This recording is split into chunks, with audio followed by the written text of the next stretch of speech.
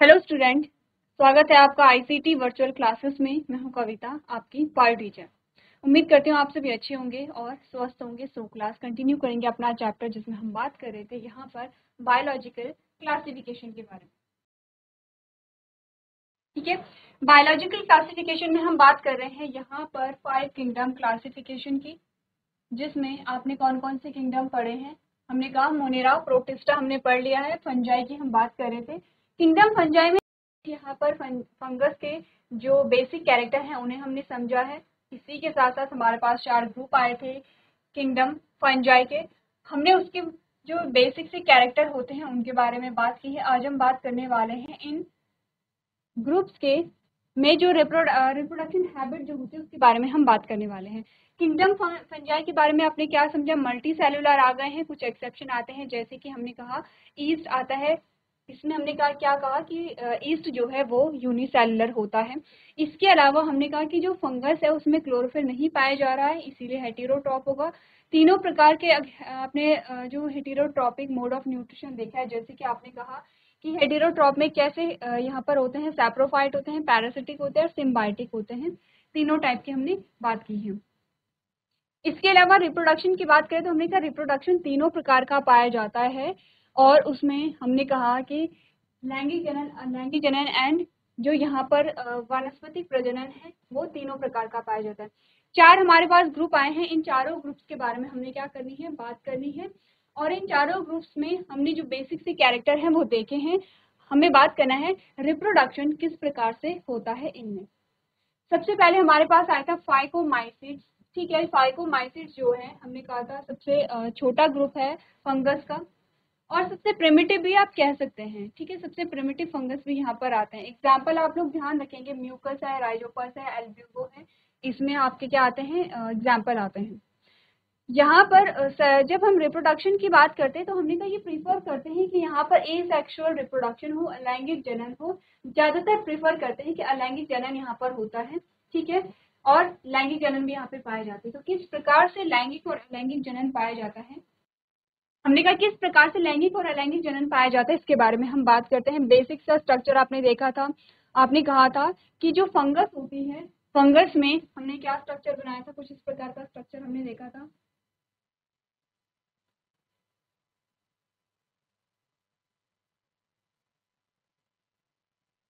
ठीक है, ये हमने क्या देखा था, फंगस का स्ट्रक्चर देखा था। अब हमने कहा था कि अगर हम फाइकोमाइसिट्स की बात करें तो हमने कहा यहाँ पर क्या होते हैं, ये एसेप्टेट होते हैं, यानी कि सेप्टा नहीं बना होगा। और पूरे स्ट्रक्चर को हमने क्या कहा था, माइसीलियम कहा था, और सिंगल को हमने क्या कहा था, हाइफा कहा था। इस प्रकार से ये हमने स्ट्रक्चर देखा था। ठीक है, अब हमने कहा यहाँ पर जो ये जो इसकी जो मेन बॉडी है, फंगल जो मेन बॉडी है वो क्या है, एन है। एन का मतलब क्या है, हैप्लॉइड है। ठीक है, एन का मतलब क्या होगा, हैप्लॉइड होगा। अब हमने कहा हैप्लॉइड बॉडी है। अगर हम अलैंगिक जनन की बात करें तो अलैंगिक जनन सिंपली कैसे होता है, हमने कहा कि यहाँ पर क्या होता है, ये वाला जो स्ट्रक्चर होता है इसमें कुछ चेंजेस आते हैं। सिर्फ ये वाला स्ट्रक्चर बनाएंगे इस प्रकार से, ये इस प्रकार से बलून जैसा हो जाएगा। ठीक है, और इसमें होती है क्या, माइटोसिस। क्या होगी यहाँ पे, माइटोसिस होगी। जब माइटोसिस होती है तो यहाँ पर स्पोर का फॉर्मेशन होता है, बीजाणुओं का निर्माण होता है। अब ध्यान दीजिए, सबसे पहले माइटोसिस और मियोसिस को समझिए, क्योंकि आप बड़ी क्लासेस में आ चुके हैं, आपको समझना जरूरी है। जब भी आप सेल चैप्टर पढ़ते हैं या फिर आप रिप्रोडक्शन पढ़ते हैं तो आप माइटोसिस और मियोसिस, जब गैमीट फॉर्मेशन को आप समझते हैं तब माइटोसिस और मियोसिस की बात होती है। माइटोसिस हो रहा है, इसमें मियोसिस नहीं हो सकता। मियोसिस में क्या होता है, जो क्रोमोसोम का नंबर है वो हाफ होगा। जब यहाँ पर गैमेट का प्रोडक्शन होगा तो गैमेट के प्रोडक्शन के टाइम पे मियोसिस होती है, और जब मियोसिस होगी तो जो क्रोमोसोम है उसका नंबर आधा होगा। तो हमने कहा क्योंकि यहाँ पे ऑलरेडी क्या है, जो क्रोमोसोम है वो एन है, हैप्लॉइड है। मियोसिस कब होगी, जब डिप्लॉइड कंडीशन आती है, क्योंकि यहाँ पर हैप्लॉइड कंडीशन है। तो हमने कहा कि यहाँ पर क्या हो रहा है, माइटोसिस होंगे, क्योंकि माइटोसिस में नंबर ऑफ सेल इंक्रीज होता है, क्रोमोसोम का नंबर सेम रहता है। तो मियोसिस और माइटोसिस में क्या होता है, फॉर एग्जाम्पल कहीं पर 12 क्रोमोसोम है, किसी सेल में 12 क्रोमोसोम्स हैं, और इसे हम कह रहे हैं ये है डिप्लॉइड, जिसे आप कह रहे हैं 2n। इसमें जब मियोसिस हुई तो हमने कहा यहाँ पर सिर्फ 6 क्रोमोसोम रह गए हैं, जो कि अब N हो गया है। ये तो है मियोसिस की बात, लेकिन मैंने कहा कि अगर इसमें माइटोसिस हुई तो आपने कहा यहाँ पर 2 सेल बन गए हैं और दोनों कैसी हैं, NN है। ठीक है, ये भी N है, लेकिन आपने कहा 2 सेल बनी है, दोनों कैसी है, N यहाँ पर है। क्लियर है? माइटोसिस और मियोसिस में क्या डिफरेंस है, इतना आपको समझना है।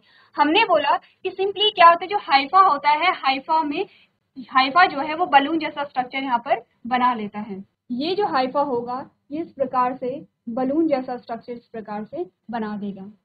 अब यहाँ पर जब माइटोसिस होती है तो माइटोसिस में आपने कहा यहाँ पर स्पोर बनते हैं। तो स्पोर है क्या, एक्चुअली में स्पोर कुछ भी नहीं है, सिंपली यहाँ पर क्या आता है, न्यूक्लियस और साइटोप्लाज्म, फिर न्यूक्लियस और साइटोप्लाज्म, फिर न्यूक्लियस और साइटोप्लाज्म, इस प्रकार से स्पोर बनते हैं। तो आपको कंफ्यूज नहीं करने कि स्पोर क्या होते हैं।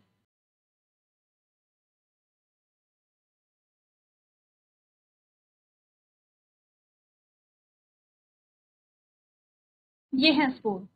क्या है स्पोर, न्यूक्लियस प्लस साइटोप्लाज्म।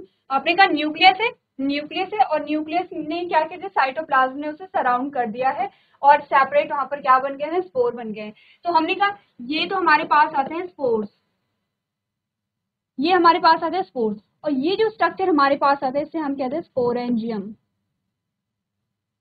इसे हम कहेंगे स्पोरेंजियम। ठीक है, क्या होगा, आपने कहा जब स्पोर बन जाएंगे तो ये जो आपका स्पोरेंजियम है फट जाएगा। ठीक है, ये फट गया यहाँ से, जैसे ये फटेगा तो अंदर के जो स्पोर है वो बाहर निकल जाएंगे और ये क्या होंगे, हवा के माध्यम से डिस्ट्रीब्यूट हो जाते हैं।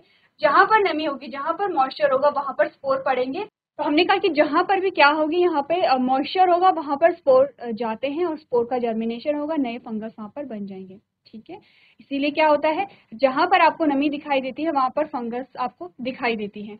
क्या समझे इस बात से? ये तो हम पढ़ रहे हैं एसेक्सुअल रिप्रोडक्शन, किसमें,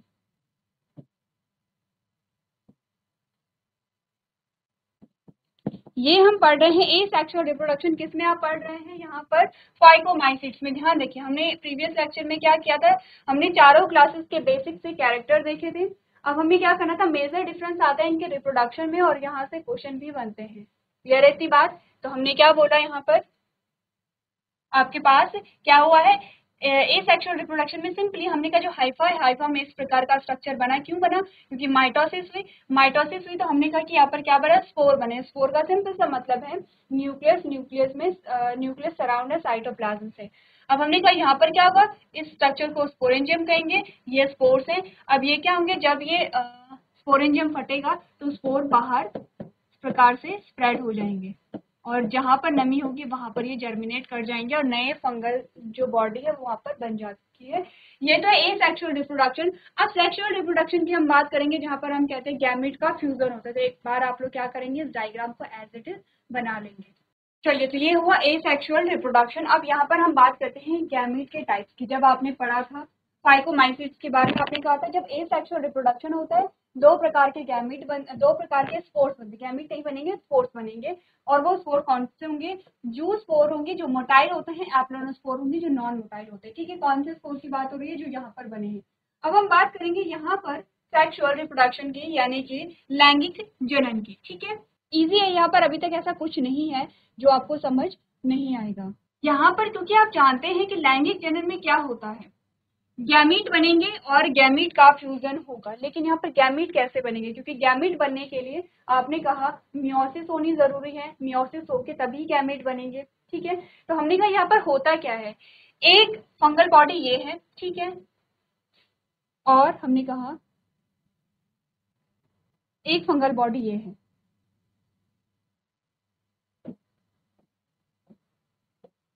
अब हम इन दोनों के सिंगल सिंगल क्या बनाएंगे, हाइफा बनाएंगे। ठीक है, एक फंगल बॉडी ये है और एक ये है, हम इनके एक एक हाइफा को ले लेंगे, एक इसको और एक इसको, तो दो पूरी बॉडी को मिटा लेते हैं। अब आप समझ रहे हैं हम क्या ले रहे हैं, आप समझ रहे हैं, सारे को हम, इन सबको हम माइसीलियम कह रहे हैं, सिर्फ एक को हम क्या कहते हैं, हाइफा कहते हैं।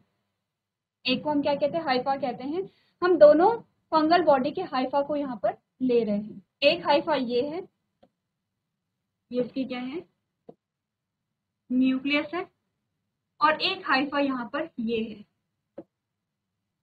ठीक है, दो अलग अलग हाइफा हमारे पास आ जाते हैं। आप समझ रहे हैं कि दोनों अलग अलग यहाँ पर हाइफा हमारे पास आ रहे हैं, अलग अलग फंगल बॉडी के हाइफा हैं। इनमें क्या आता है, इनमें चेंजेस आएंगे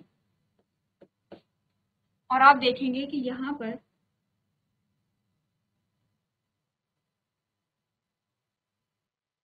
डायग्राम देख के आपको समझ आ रहा होगा कि यहाँ पर क्या हो रहा है। आपने कहा ये जो साइटोप्लाज्म है ये इस और इस प्रकार से हुआ और इसके जो न्यूक्लियस है यहाँ इस प्रकार से ये सेट हो गए हैं। ठीक है, क्लियर है इतनी बात? यहाँ तक की बात क्लियर है। सबसे पहले यहाँ पर क्या होगा, हमने कहा सबसे पहले यहाँ पर होगा जो साइटोप्लाज्म है वो मिक्स हो जाता है, जिसे हम क्या कहते हैं, प्लाज्मोगैमी कहते हैं। क्या होगी यहाँ पर, आपने कहा यहाँ पर होगी प्लाज्मोगैमी। कैसे होती है,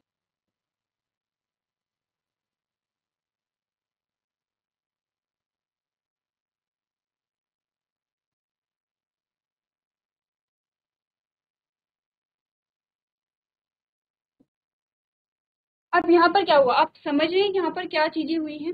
हमने कहा दो अलग अलग हाइफा हमने लिए हैं, इनमें यहाँ पे प्रोजेक्शन निकलने लगते हैं। जैसे आप हाइड्रा में बडिंग देखते हैं, कुछ वैसा ही यहाँ पर होता है कि ये यहाँ पे प्रोजेक्शन निकले, इसका जो न्यूक्लियस है वो यहाँ आया, इसका न्यूक्लियस यहाँ आया है। क्योंकि गैमीट, यहाँ पर गैमीट का फ्यूजन इंपॉर्टेंट है। जब हमने लैंगिक जनन की बात की तो यहाँ पर गैमीट का फ्यूजन इंपॉर्टेंट है।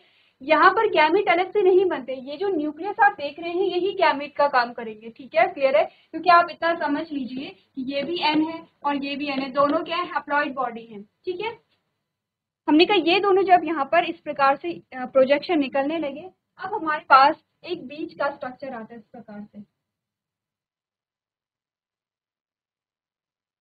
और इस बीच के स्ट्रक्चर में आपने कहा कि यहाँ पर दोनों हाइफा के न्यूक्लियस होंगे।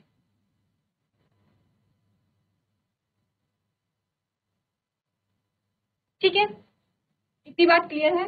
इतनी बात क्लियर है? अब यहाँ पर जब दोनों हाइफा के न्यूक्लियस प्रेजेंट होते हैं तो इस स्ट्रक्चर को हम कहते हैं जाइगोस्पोरेंजियम। क्या हमने इसे कहा, हमने इसे कहा जाइगोस्पोरेंजियम। ठीक है, और ये जाइगोस्पोरेंजियम किस प्रक्रिया के द्वारा बना है, ये बना है प्लाज्मोगैमी जब हुई है। प्लाज्मोगैमी क्या होती है, देखिए रुकिए, अभी हम बात करेंगे प्लाज्मोगैमी के बारे में। प्लाज्मोगैमी होता है फ्यूजन ऑफ प्लाज्मा, दोनों का प्लाज्मा। आपने कहा ये क्या है, ये न्यूक्लियस है, इसके अंदर क्या होगा, प्लाज्मा होगा। इतनी बात आप जानते हैं, जब आपने सेल पढ़ा है तो आपने कहा सेल के अंदर क्या होता है। यहाँ पर आपने कहा यहाँ पर जो प्लाज्मा अंदर है, प्लाज्मा मेम्ब्रेन के अंदर यहाँ पर जो आपने कहा जो साइटोप्लाज्म है, ठीक है, प्लाज्मा यानी कि साइटोप्लाज्म की बात हो रही है। हमने कहा कि जो यहाँ पर सेल होती है, सेल में क्या होता है, साइटोप्लाज्म होता है, इसका भी साइटोप्लाज्म होगा, इसका भी साइटोप्लाज्म है। हमने कहा दोनों का यहाँ पर साइटोप्लाज्म मिक्स हुआ है। ध्यान दीजिए, अभी न्यूक्लियस मिक्स नहीं हुए हैं, अभी सिर्फ साइटोप्लाज्म मिक्स हुआ है और इस प्रोसेस को हम कहते हैं प्लाज्मोगैमी। ठीक है, प्लाज्मोगैमी के बाद आपने कहा कुछ टाइम के बाद यहाँ पर अब न्यूक्लियस भी मिक्स हो जाएंगे। अब क्या होगा, न्यूक्लियस की मिक्सिंग होती है। तो कैसे न्यूक्लियस की मिक्सिंग होगी, देखिए आपने कहा कि ये जो जाइगोस्पोरेंजियम है, जाइगोस्पोरेंजियम को बनाते हैं यहाँ पर, और हमने कहा यहाँ पर जो न्यूक्लियस है, न्यूक्लियस की भी मिक्सिंग इस प्रकार से हो जाती है। ठीक है, इस प्रकार से हो जाती है। पहले क्या थे, ये एन थे, हमने कहा ये भी एन है, ये भी एन है, तो आपने कहा कि ये जो स्ट्रक्चर है ये पहले क्या था, एन था। ठीक है, एन था। अब आपने कहा कि यहाँ पर क्या हो गए हैं, जो न्यूक्लियस है वो फ्यूज हो गए हैं, फ्यूज हो गए हैं, तो यहाँ पर 2n स्टेज आई, आई 2n stage, n plus n, 2n stage आई, 2n स्टेज यहाँ पर आती है। आपने कहा ये जो प्रोसेस हुई है, इस प्रोसेस का नाम क्या है, साथ साथ में प्रोसेस का नाम आप लोग लिखते रहेंगे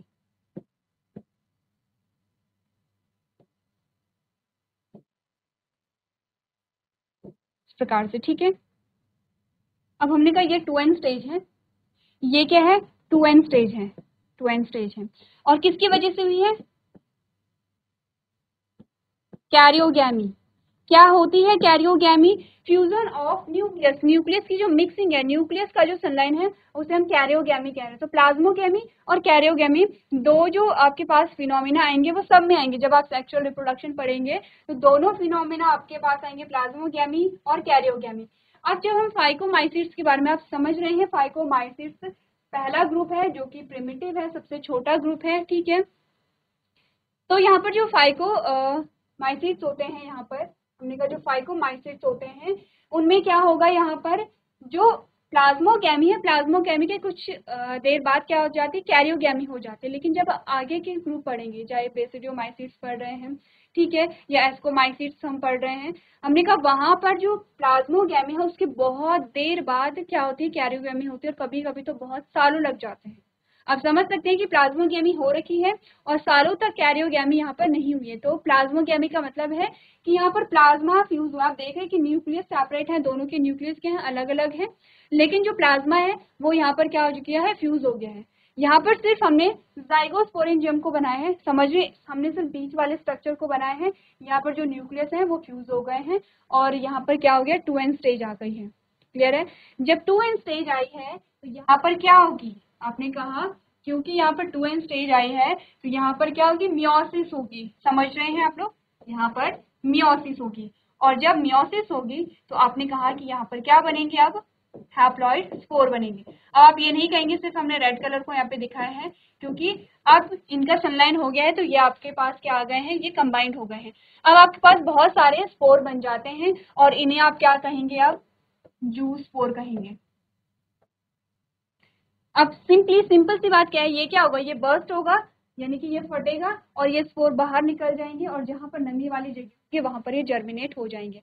तो यहाँ पर लैंगिक और अलैंगिक जनन में क्या डिफरेंस आपने पाया? अगर हम लैंगिक और अलैंगिक जनन की बात करें, अगर हम अलैंगिक जनन की बात करें तो हमने कहा ये हाइफा था, ये इस प्रकार से इसने यहाँ पे क्या बनाया है, स्पोर बनाए हैं, मियोसिस के द्वारा स्पोर बनाए हैं। ठीक है, ऐसा हमने स्ट्रक्चर देखा था। लेकिन अगर हम लैंगिक जनन की बात करें तो हमने कहा दो अलग अलग हाइफा आए हैं, उनमें पहले क्या हुई है, प्लाज्मोगैमी हुई है, ठीक है, और इन्होंने जू स्पोरेंजियमिक स्ट्रक्चर बनाया है। उसके बाद कैरियोगैमी हुई है, दोनों न्यूक्लियस मिले हैं, 2n स्टेज आई है।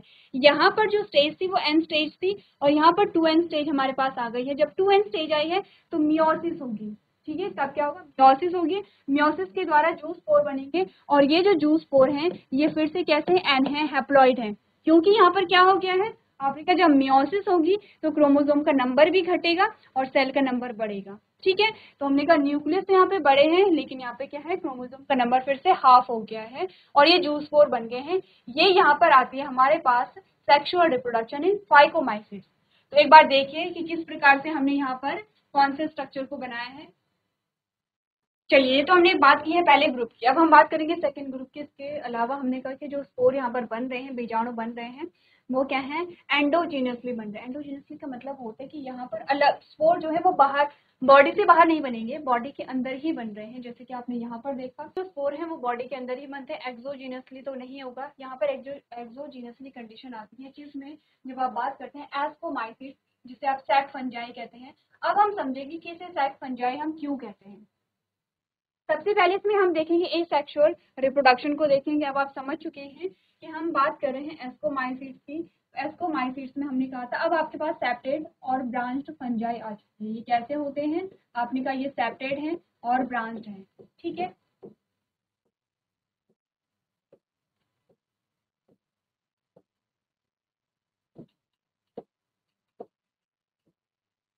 इस प्रकार से सबसे पहले एसेक्सुअल रिप्रोडक्शन, इनमें क्या होता है, इनमें क्या बनेंगे, बॉडी के बाहर स्पोर बनेंगे जिन्हें आप कहते हैं कोनिडिया। इस प्रकार से क्या बोला था यहाँ पर, अगर हम बात करें कि एसेक्सुअल रिप्रोडक्शन की, आपने कहा they are saprophytic, decomposers, parasitic और कॉप्रोफिलस, यानी कि ग्रोइंग ऑन डंग। ठीक है, mycelium and branched and separate and asexual spores are conidia. आपने कहा जब एसेक्सुअल रिप्रोडक्शन हो रहा है वो कोनिडिया के द्वारा होता है। कैसे होता है, हमने कहा बॉडी के बाहर स्पोर बन रहे हैं। अब देख रहे हैं ये पूरी बॉडी है और बॉडी के आउटर जो सरफेस है वहां पर स्पोर बन रहे हैं। इन स्पोर को हम कह रहे हैं कोनिडिया, इसे हम कहेंगे कोनिडिया, क्योंकि ये सारे क्या होंगे, एन होंगे। ठीक है, कोनिडिया है तो एन होंगे। हमने कहा यहाँ पर ये क्या होंगे, ये जो स्पोर बनते हैं क्या होगा, ये जो बॉडी है, मेन जो बॉडी है उससे सेपरेट हो जाएंगे और उससे सेपरेट होकर के फिर क्या होंगे, सेम कंडीशन अप्लाई होती है कि जहां पर मॉइस्चर होगा वहां पर जाते हैं और ये जो स्पोर है वो जर्मिनेट होते हैं। तो यही हमने कहा था एसेक्सुअल रिप्रोडक्शन के बारे में कि जो एसेक्सुअल रिप्रोडक्शन है वो किसके द्वारा होता है, कोनिडिया के द्वारा होता है। कैसे बनते हैं कोनिडिया, एक बार आप लोग देखिए। चलिए, अब बात कर लेते हैं यहाँ पर सेक्सुअल रिप्रोडक्शन की। तो सेक्सुअल रिप्रोडक्शन में क्या होगा, सिंपल सी बात है, दो यहाँ पर क्या होंगे, फंगल बॉडी इंक्लूड होती है। हम सिर्फ हाइफा को बनाएंगे, ठीक है, एक एक हाइफा को बनाएंगे। एक हाइफा हमारे पास ये आता है और एक हाइफा हमारे पास ये आता है, ठीक है।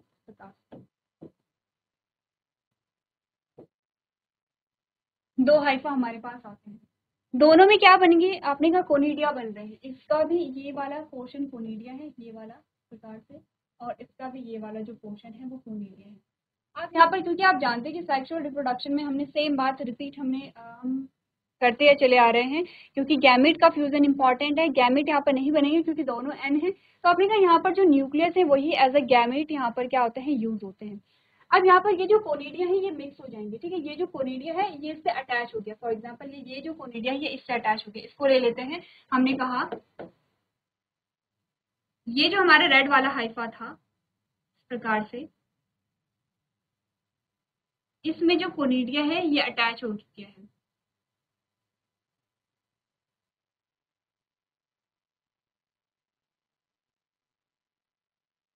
ये इसका क्या था, ये इसका कोनिडिया था, ठीक है।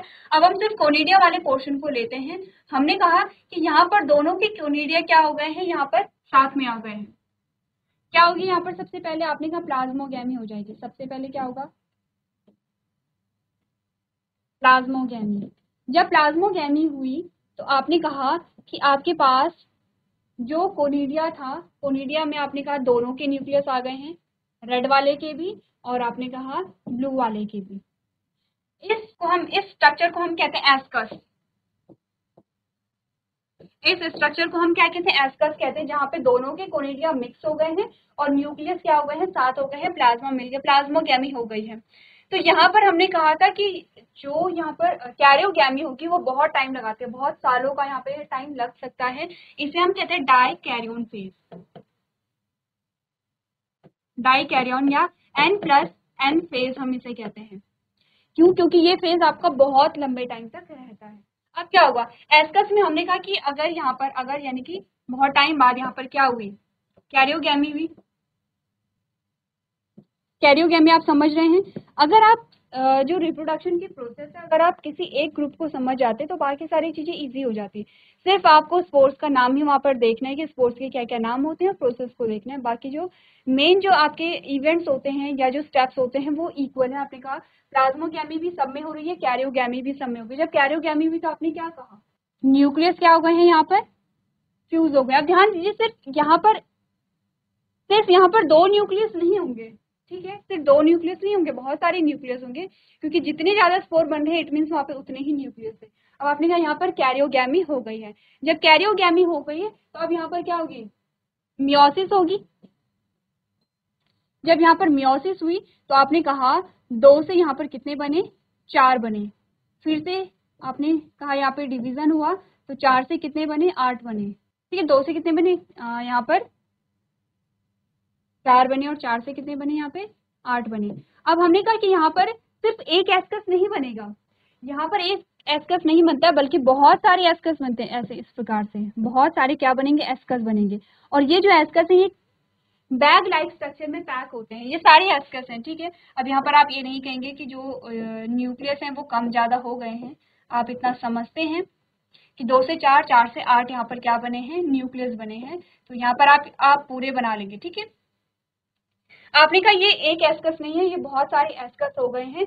और ये जो एस्कस है ये क्या है, एक बैग जैसी संरचना में पैक होता है। आप समझ लीजिए कि एक बैग है, उसके अंदर एस्कोकार्प बने हुए हैं, एस्कोकार्प के अंदर क्या बने हुए हैं, स्पोर बने हुए हैं। इस स्ट्रक्चर को हम कहते हैं एस्कोकार्प, इसे हम कहते हैं एस्कोकार्प, और इन स्पोर को हम कहते हैं एस्कोस्पोर। देखिए यहाँ पर जब हमने सेक्सुअल रिप्रोडक्शन देखा था, हमने कहा था जो दो हाइफा के कोनिडिया क्या हो गए हैं, मिक्स हुए हैं, प्लाज्मोगैमी यहाँ पर हुई है। प्लाज्मोगैमी जब हुई तो एस्कस का फॉर्मेशन हुआ, उसके बाद कैरियोगैमी हुई, और आपने क्या सेकेंड स्टेज में क्या हुआ, फिर मियोसिस हुई, फिर से हैप्लॉइड स्पोर बने हैं जो कि एस्कोकार्प है। तो हैप्लॉइड स्पोर हमने क्या कहा, जब हमारे पास क्या बने हैं, यहाँ पर ये स्पोर बने हैं, तो ये कैसे हैं, एन है फिर से, और ये कैसे हैं, 2n हमारे पास स्टेज आती है, ठीक है। क्लियर है इतनी बात, ये हमारे पास 2n स्टेज आती है। तो क्या समझे हम यहाँ पर, आपने रिप्रोडक्शन को देखा, अगर हम दोनों का कंपैरिजन कंपैरिजन करें फाइकोमाइसीट्स की और एस्कोमाइसीट्स के, आपको दोनों में क्या करना है, कंपैरिजन करना है कि यहाँ पर कौन कौन से स्पोर बने हैं, कौन कौन सी स्टेज आई है, यहाँ पर कौन कौन सी स्टेज यहाँ पर आई है। दो ग्रुप हमारे पास रह जाते हैं, उनमें भी हम क्या करेंगे, दोनों प्रकार का जो रिप्रोडक्शन किस प्रकार से होता है वो देखेंगे। तो आज के सेशन में हम इतना ही करेंगे। अभी तक क्लास में बने रहने के लिए आपका धन्यवाद।